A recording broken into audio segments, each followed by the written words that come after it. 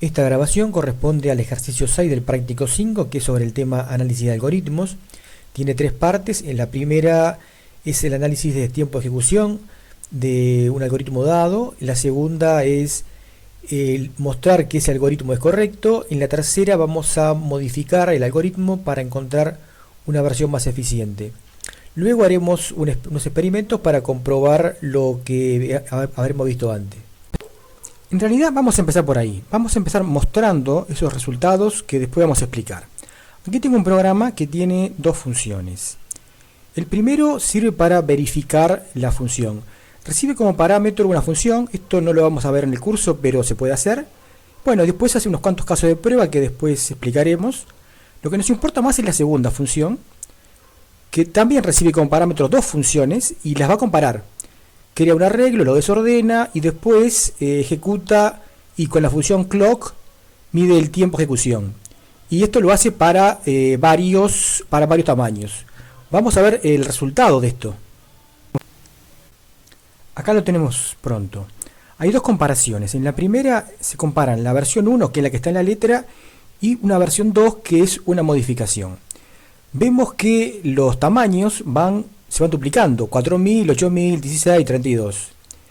Los tiempos de ejecución están ahí en números y también están gráficamente barras verticales para la versión 1 y barras horizontales para la versión 2. Si bien los tamaños se van duplicando, vemos que los tiempos de ejecución más o menos se van cuadruplicando, lo cual hace ver que esto es un algoritmo de orden cuadrático.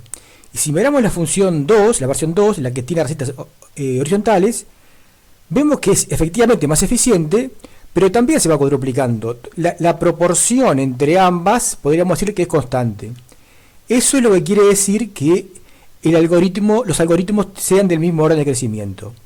Ahora, en cambio, en la segunda comparación, la versión 2, que era la versión eficiente en el caso anterior, lo comparamos con otra versión que vamos a hacer, la versión 6.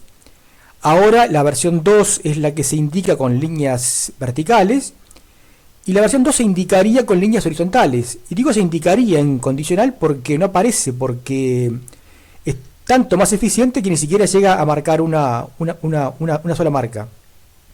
Bueno, explicar este resultado tan espectacular aparentemente, es parte de lo que vamos a hacer en el resto de la presentación.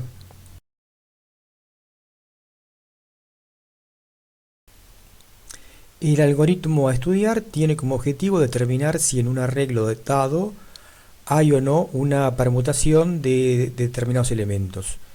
Veamos bien que el arreglo tiene n posiciones, desde el 0 hasta la n-1, y los elementos no son cualesquiera, sino que son exactamente los números entre el 1 y el n. Podemos ver que el algoritmo básicamente consiste en una iteración que va desde la línea 3 hasta la línea 9, dentro de las cuales hay otra iteración que va de la línea 5 a la línea 7.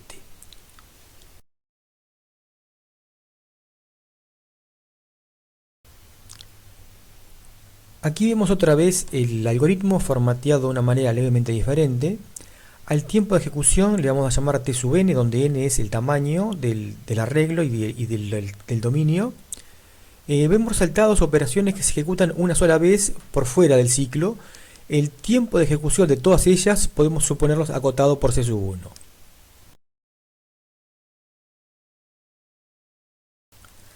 A ese tiempo de ejecución hay que agregarle lo que nos cueste el ciclo. El ciclo vemos que es una iteración en la que num es una variable que va desde 1 hasta n. Lo que haya dentro de cada una de esas iteraciones vamos a llamarle t sub num. Obviamente, en principio podría depender ese tiempo de ejecución de cuál es el valor de num.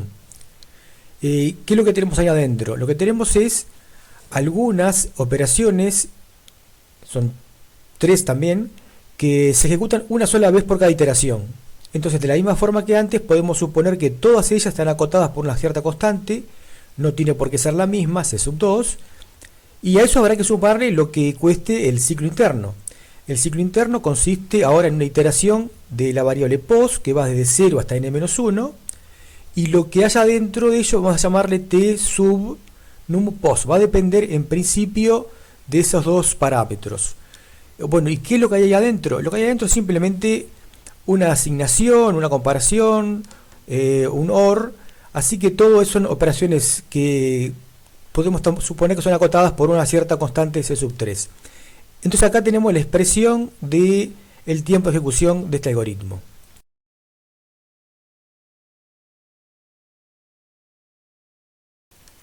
Bueno, podemos desarrollar esta expresión y obtener esto que está acá. El tiempo de ejecución es menor o igual que C1 más C2 por n más C3 por n cuadrado, lo que hace que el término de mayor crecimiento sea de orden n cuadrado. Mencionamos orden, vamos a refrescar cuál es la definición. Decimos que una función g es de orden f si existen constantes positivas c y n0 tales que g es menor o igual que c por f para todo n mayor que n0. Por tanto, el tiempo de ejecución de este algoritmo que estamos viendo es O n cuadrado. Lo que podemos preguntarnos es, esto es en el peor caso. ¿Hay un peor caso? ¿Hay un mejor caso? Bueno, vemos que no. El for interno se ejecuta para todas las posiciones. No hay nada que lo haga detener. Así que vas a ver n pasos. Y lo mismo pasa con el externo. O sea que estas n cuadrado operaciones se van a cumplir siempre.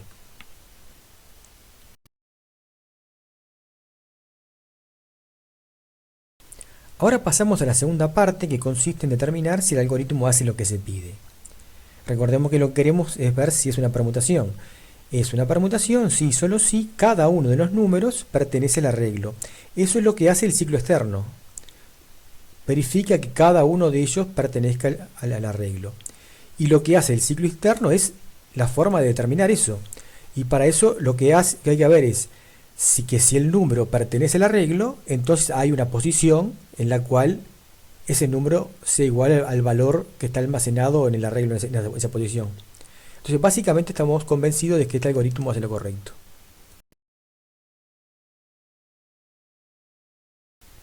Pasamos a la parte C, que se trata de diseñar un algoritmo que mejore el tiempo de ejecución. Lo que podemos preguntarnos es, en el ciclo externo, supongamos que no es una permutación. ¿Es necesario, cuando determinamos que un número no pertenece al arreglo, seguir haciendo la iteración?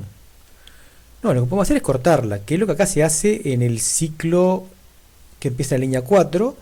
Hay un resultado ahí que en la línea 11, si el elemento no pertenece, quedó en false. Quiere decir que el while no va a seguir. Entonces este ciclo se corta antes. Y lo mismo pasa con el ciclo interno. Una vez que encontramos un elemento, si es que lo encontramos, no hace falta seguir recorriendo el arreglo. Entonces el ciclo while, ahora while de la línea 7, hace eso mismo. Entonces este algoritmo tendría que ser más eficiente que el otro. Incluso podemos ver que este algoritmo usa unas variables booleanas para cortar los ciclos, que puede no ser muy eficiente. Acá tenemos otro par de versiones. La versión 4 es igual a la 3, simplemente usando la sintaxis de for. Lo que hemos hecho acá es eliminar las variables booleanas al costo de agregar, por ejemplo, aquí post menor que n.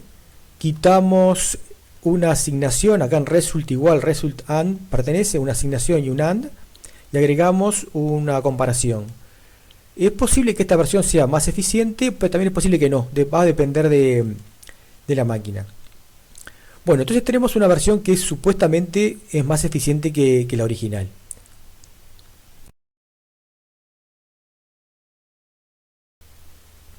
Vamos a analizar eso.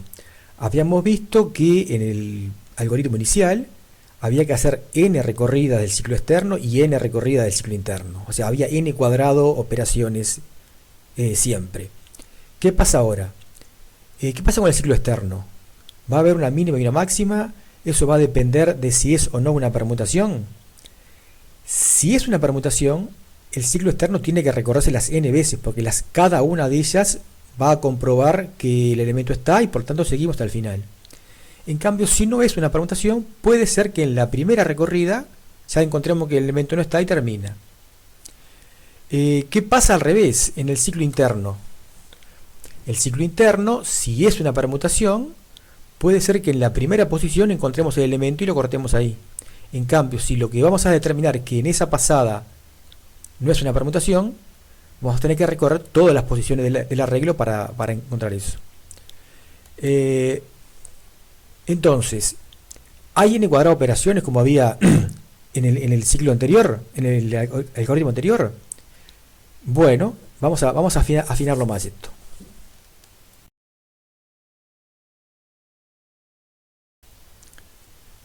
Vamos a suponer que es una permutación porque sabemos que si es una permutación hay que hacer las n recorridas del ciclo externo.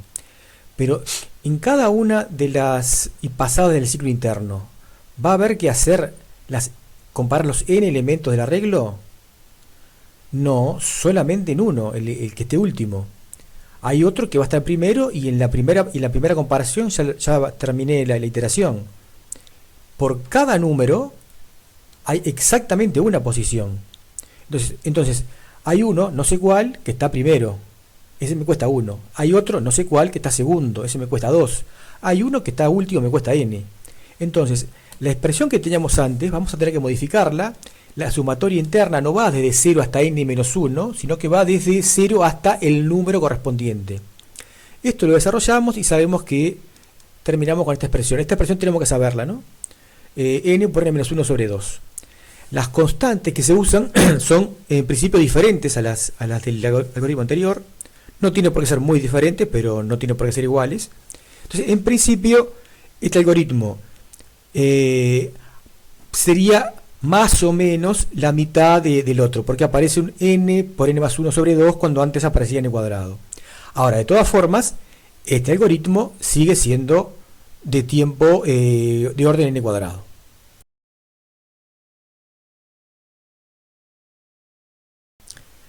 Pero ahora vamos a ver otra versión que mejora drásticamente el tiempo de ejecución. Recordemos cuál era el algoritmo original. Teníamos ahí una variable pertenece que determinaba si el número que estábamos haciendo en la iteración externa pertenecía o no al arreglo. Podríamos, en lugar de tener una variable, tener un arreglo con un elemento, una posición para cada uno de los números. Pero esto en principio sería algo peor, porque en lugar de usar una variable, usamos un arreglo cuando no lo necesitábamos. Sin embargo, vamos a hacer esa alternativa peor. Pero vamos a juntarla con otra idea. En lugar de recorrer el arreglo, en lugar de recorrer los números del 1 al n, vamos a recorrer el arreglo. ¿Qué es lo que vamos a estar buscando en el arreglo? Lo que vamos a buscar es, ¿hay algún elemento repetido? ¿Hay algún elemento fuera de rango? Para ver si hay un elemento repetido es que nos sirve haber hecho el arreglo de pertenece. Aquí el arreglo pertenece, tiene tamaño n más 1 porque el 0 no lo vamos a usar, y se inicializa en false. Cuidado con esto se puede hacer porque false es 0. Si fuera true, esto no deja todo en true. Bueno, entonces, ¿qué hace este arreglo? En lugar de recorrer los números, recorre las posiciones. Si encuentra un elemento repetido, sabemos que no puede hacer una permutación y asigna false. Si no, si el elemento está fuera de rango, sabemos que no es una permutación y asigna false.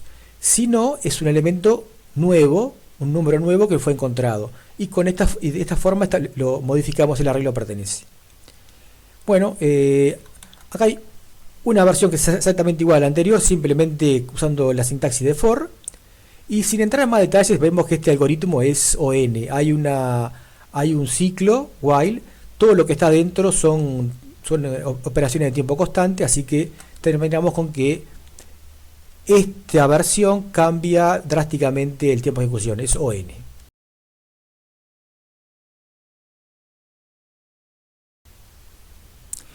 Y ese crecimiento de orden lineal lo podemos ver volviendo al experimento. Aquí no en las rayitas porque no llegan a verse, sino en los números, las cantidades de la versión 6. Con tamaños más grandes sería más notorio que el crecimiento lineal. Bueno, nos quedó por ver algo que no es esencial para este práctico, pero fue las pruebas que hicimos. Ahora que sabemos lo que estábamos buscando, ver si era una permutación, lo que generábamos era un arreglo que era una permutación, otro que también lo era, aunque desordenada, y después varios casos en los que un elemento está fuera de rango, otro también, uno en un extremo, otro en otro que los elementos están repetidos. Bueno, nunca va a quedar demostrado que los algoritmos son correctos, pero son una buena cantidad de pruebas.